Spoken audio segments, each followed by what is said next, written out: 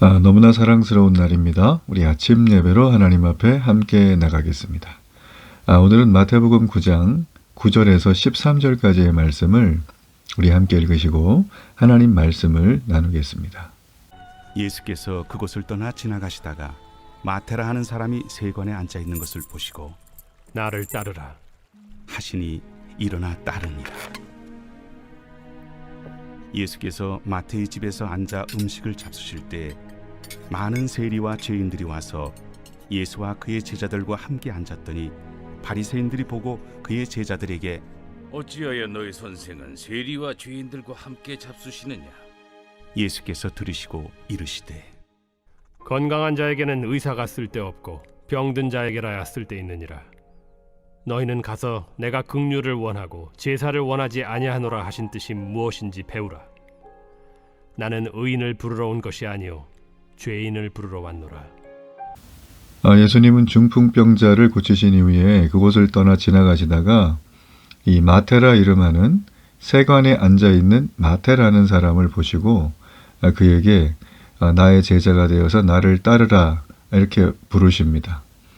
마태는 이 예수님의 부름에 다른 제자들처럼 즉시 일어나 예수님을 따르게 됩니다. 그리고 예수님과 제자들이 이제 이후에 마태의 집에서 식사를 하게 되는데, 이때 많은 세리와 죄인들이 함께 하면서 식사를 나눕니다.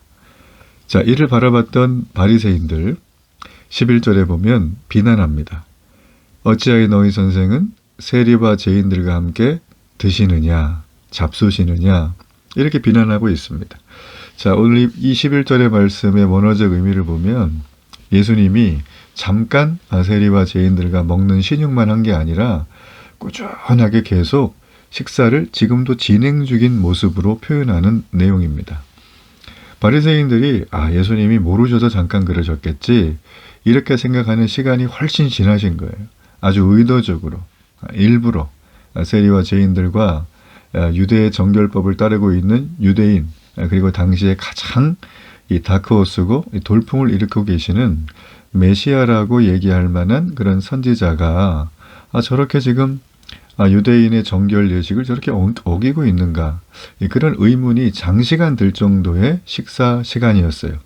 결국 그들은 그 시간을 견디지 못하고 비난하게 되는 거죠. 바리새인들이 왜 예수님을 비난했을까요? 좀 더 정확하게 살피자면 바리새인들은 여러분 이상한 사람들은 아니에요. 바리새인들은요 구약의 율법과 또 장로들 우리 믿음의 선배들이죠. 아주 신실한 믿음의 선배들의 이 전통 율법을 어떻게 하면 잘 지킬까라고 하는 전통적인 그들의 율법 규약집을 철저하게 공부하고 이걸 자신의 삶에 적용했던 사람들이에요. 그래서 의롭고 정결하게 사는 걸 세상에서 가장 우선순위에 두고 살았던 사람들이죠. 이들에게 의롭고 정결하게 살지 않았던 부류인 이방인, 그죠? 전혀 이런 율법도 모르고 장로들의 전통은 더더욱 알 수도 없는 그 이방인들은 개처럼 여겼어요. 마치 절대 상종해서는 안 되는 사람들처럼 거리를 둔 것입니다. 그래서 우리가 선한 사마리아인 비유에도 보면 그런 어떤 흐름들을 우리가 알 수가 있죠. 어쨌든 오늘 여기 나와 있는 이 바리새인들은 지금 그들이 전혀 상종하지 않는 이방인이 아니라 세리는 매국노입니다. 그리고 죄인들, 세리와 죄인들은 이방인보다 더 아주 가장 멀리해야 될, 절대 만나서는 안 될, 말도 섞어서는 안 될 그런 존재들과 이렇게 율법을 너무나 잘하신다고 하는 저 예수님께서 어떻게 저렇게 식사를 같이 할 수 있냐. 이 예수님과 제자들의 약간 보면 좀 삐딱하고 탈선적인 모습, 그들의 시선으로 볼 때 다른 한편으로는 굉장히 포용하는 그들의 행동을 지금 11절은 비난하고 있는 것입니다. 이에 예수님은 12절에서 자신을 의사로 비유를 하세요. 건강한 자에게는 의사가 쓸데없고 병든 자에게라야 쓸데있다. 여기서 건강한 자와 병든 자는 이 13절에 각각 의인과 죄인을 가리킵니다. 이 발언을 가만히 살펴보면 당시 유대인들이 기대하던 메시아의 모습과는 이 전혀 다른 모습으로 가는 걸 볼 수가 있죠. 자신들을 의인으로 생각했던 바리새인들은 진정한 메시아시라면 예수님이 세리와 죄인들은 율법대로 심판하고 저 지옥에 던지시고 자신들을 구원해야 된다고 생각을 했어요. 자, 이들의 이런 생각에 대해 예수님은 호세아 6장 6절을 인용하시면서 내가 긍휼을 원하고 제사를 원하지 않는다. 자, 이 말씀의 뜻이 무엇인지 제대로 배우라. 이렇게 13절에 촉구하고 계십니다. 자, 여러분 잘 보세요. 이 약간 우문현답 같고 동문서답 같지만은 여러분이 예수님의 말 안에는 굉장히 중요한 복음의 핵심이 담겨 있어요. 자, 이스라엘에게 제사적 정결을 요구하신 이유는 오직 이스라엘만 하나님의 백성으로 삼으시려는 것이 아니었어요. 하나님의 의도는. 자, 그들이 정결한 이스라엘로 살아가면 우리가 캄캄한 바다에 저 망망대해 육지의 항구를 찾기 위해선 육지 옆에 있는 등대에서 불빛을 보는 거잖아요. 그죠? 빛을 봐야 돼요. 세상은 어둡습니다. 세상은 칠흑 같은 질창이에요. 그런 어떤 세상 속에서 사람들이 생명의 빛을 찾아서 가는 길은 불가능합니다. 스스로는. 그래서 우리는 빛을 봐야 되죠. 영적인 빛을 봐야 돼요. 자, 이 이스라엘을 하나님이 율법을 주셔서 정결한 이스라엘로 만드신 것은 너희들끼리 의로운 경쟁을 하라는 것도 아니고 저 잘했죠 하면서 우쭈쭈 해달라는 것도 아니에요. 자, 정결한 이스라엘이 되는 핵심적인 이유는 어두운 이방에 빛이 되라는 거예요. 이 땅에 하나님을 떠났지만 떠난 줄도 모르고 살아가는 수많은 사람들에게 빛이 되어라 라는 것입니다. 자, 이걸 통해서 이방인들도 하나님의 백성으로 회복할 수 있는 기회를 열어주라는 게 이스라엘에게 율법을 주신 하나님 아버지의 따뜻한 이유였어요. 자, 그래서 죄인들을 회복시키시는 예수님의 이 사역, 바리새인들이 가졌던 메시아 상에는 어긋나죠. 그러나 하나님의 뜻에는 완전 부합하는, 너무나 하나님 기뻐하는 거예요. 네. 바리새인들은 예수님의 사역이 하나님의 뜻에 부합하다는 걸, 정말 딱 들어맞다는 걸 율법을 그렇게 공부하고 알았다면 이걸 제대로 알고 인정해야 됩니다.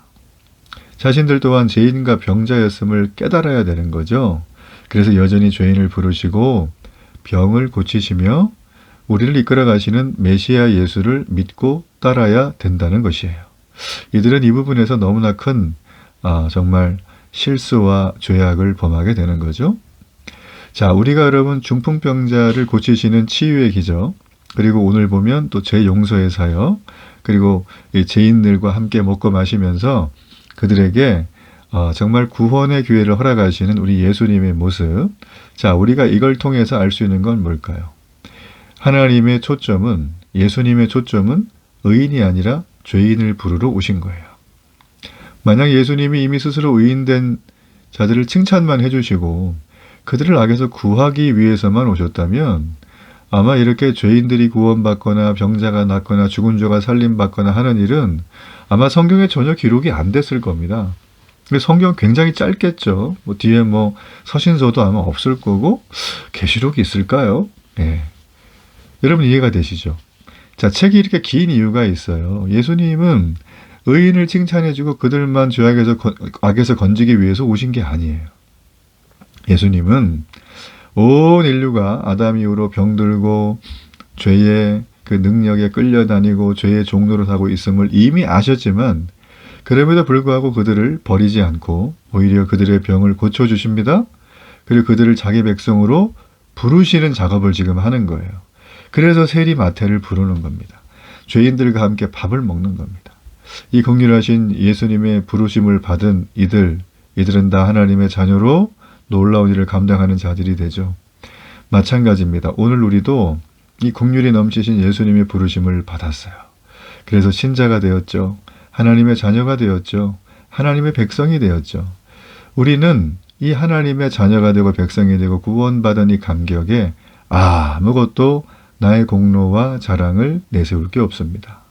오직 우리 죄를 사하시고 우리의 병을 고치신 예수님의 능력과 긍휼만을 자랑하며 살아야 합니다. 헬렌 켈러는 말했어요. 이 세상에서 가장 아름다운 것들은 보이거나 만질 수 없다.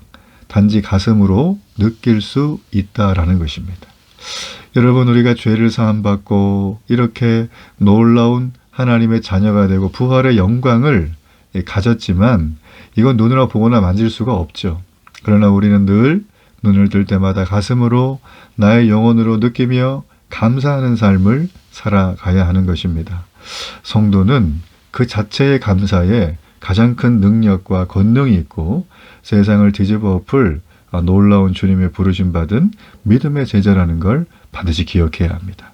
그런 감격으로 오늘도 가는 곳마다 은혜와 감격이 있는 축복의 시간이 되기를 바랍니다. 결단의 기도를 드립니다.